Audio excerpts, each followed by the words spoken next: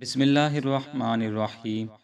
حضرت عفیف کندی رضی اللہ عنہ بیان کرتے ہیں، آپ نے فرمایا، میں مکہ معظمہ میں اپنی بیوی کے لیے کپڑے اور عطر وغیرہ خریدنے کے لیے آیا تھا اور حضرت عباس رضی اللہ عنہ کے گھر ٹھہرا ہوا تھا۔ حضرت عباس کے گھر سے بیت اللہ شریف نظر آتا تھا۔ سورج کے ارد گرد ہلکا تھا اور وہ بلند ہو گیا تھا۔ میں نے دیکھا ایک نوجوان باہر تشریف لائے اور انہوں نے کعبہ اقدس کے قریب جا کر آسمان کی طرف سر اٹھایا اور پھر کھڑے کھڑے قبلہ رخ ہو کر نیت باندھ لی، حتیٰ کہ ایک نوعمر لڑکا تشریف لایا اور نوجوان کے دائیں طرف کھڑے ہو کر اس نے بھی نیت باندھ لی۔ تھوڑی دیر بعد ایک خاتون تشریف لائیں اور دونوں کے پیچھے کھڑی ہو گئیں۔ پھر آگے کھڑے نوجوان نے رکوع کیا تو وہ دونوں بھی رکوع میں چلے گئے۔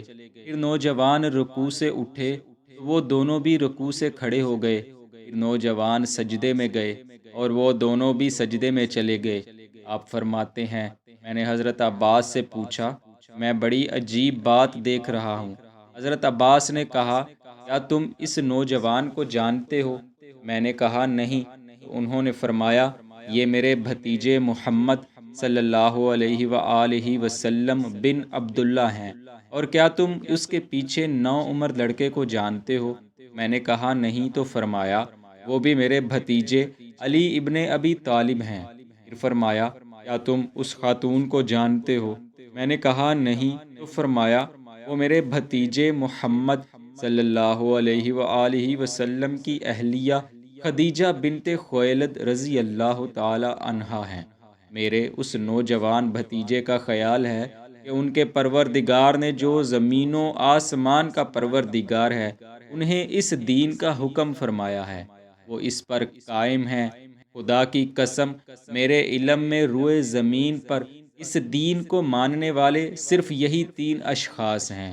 عفیف کندی کہتے ہیں، اس کے بعد مجھے رہ رہ کر یہ خیال آتا تھا کہ کاش میں ان میں چوتھا ہوتا۔ اسی سے ملتی جلتی روایت مسند احمد بن حنبل علیہ رحمہ جلد 5 صفحہ 118 پر بھی موجود ہے، جس کا حوالہ امام احمد رضا خان علیہ رحمہ نے فتاوی رضویہ میں دیا ہے۔ آپ فرماتے ہیں، نماز شروع روز بعثت شریفہ سے مقرر و شروع ہے۔ حضور صلی اللہ علیہ وآلہ وسلم پر اول بار جس وقت وحی اتری اور نبوت کریمہ ظاہر ہوئی، اسی وقت حضور صلی اللہ علیہ وآلہ وسلم نے بتعلیم جبریل علیہ السلام نماز پڑھی۔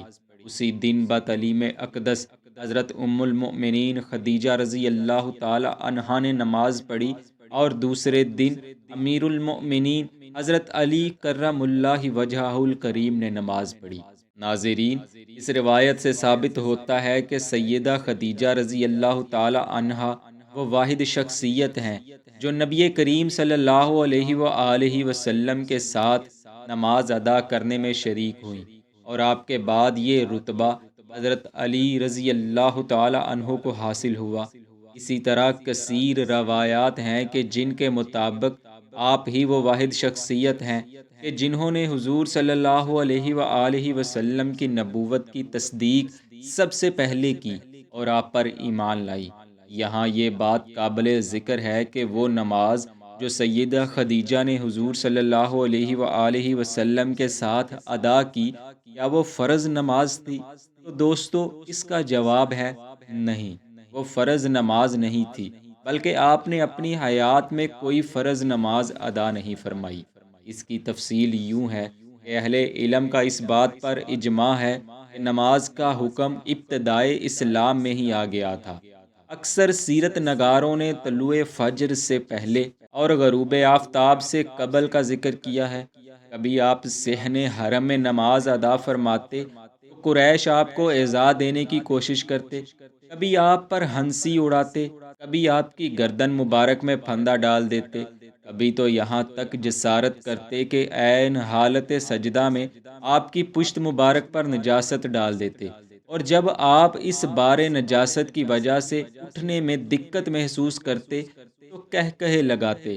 عام مسلمان ان کفار و مشرکین کی شر انگیزیوں سے بچنے کے لیے رات کے سائے میں نماز پڑھتے یا دن میں ادھر ادھر چھپ کر نماز پڑھتے، لیکن اب تک نماز کی فرضیت کا حکم نازل نہیں ہوا تھا، کیونکہ نماز کی فرضیت کا حکم تو شب معراج نازل ہوا، اور معراج شریف نبوت کے 10ویں سال کے بعد اور 11 نبوی میں سفر طائف کے بعد ہوئی۔ البتہ معراج نبوی صلی اللہ علیہ وآلہ وسلم کے سال کے بارے کتب سیرت میں بہت سے اختلافات موجود ہیں، لیکن علامہ ابن حجر عسقلانی علیہ رحمہ نے فتح الباری شرح صحیح بخاری شریف میں جو ترجیح دی ہے وہ یہ ہے کہ معراج شریف حضرت خدیجہ رضی اللہ تعالی عنہا کی وفات کے بعد اور بیعت عقبہ سے پہلے ہوئی۔ حافظ ابن کثیر علیہ رحمہ نقل کرتے ہیں حضرت خدیجہ کی وفات نماز فرض ہونے سے قبل ہوئی تھی، اور آپ کی وفات رسول اللہ صلی اللہ علیہ وآلہ وسلم کی مکے سے مدینے کو ہجرت سے پہلے ہو چکی تھی۔ محمد بن اسحاق کہتے ہیں حضرت خدیجہ اور حضرت ابو طالب کی وفات ایک ہی سال ہوئی تھی۔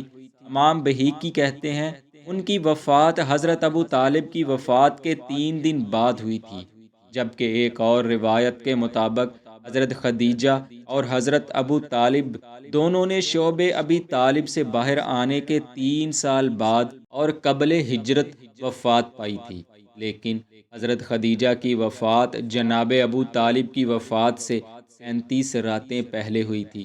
الغرض اس پر تمام مکتبہ فکر کے علماء و محدثین کا اتفاق ہے کہ سیدہ خدیجہ رضی اللہ تعالی عنہا کی وفات نماز کی فرضیت سے پہلے ہو چکی تھی، جس کی وجہ سے یہ کہا جاتا ہے کہ آپ رضی اللہ عنہا نے اپنی حیات میں کوئی فرض نماز ادا نہیں کی، لیکن اس کے باوجود آپ کے فضائل و کمالات اور کثرت اوصاف اس قدر بیان کیے جاتے ہیں کہ جن سے کوئی کوڑ دل ہی انکار کر سکتا ہے۔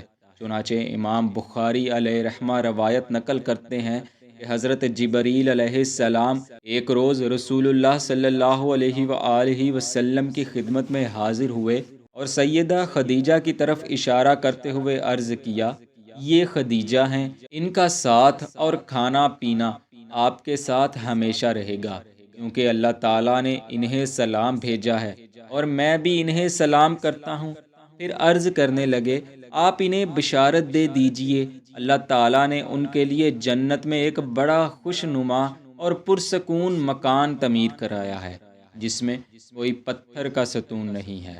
دوستو، دعا ہے اللہ کریم ان کی مرکز پر انوار پر اپنی لاتعداد رحمتوں کا نزول فرمائے اور ہمیں ان کے صدقے بلا حساب جنت میں داخل فرمائے، آمین۔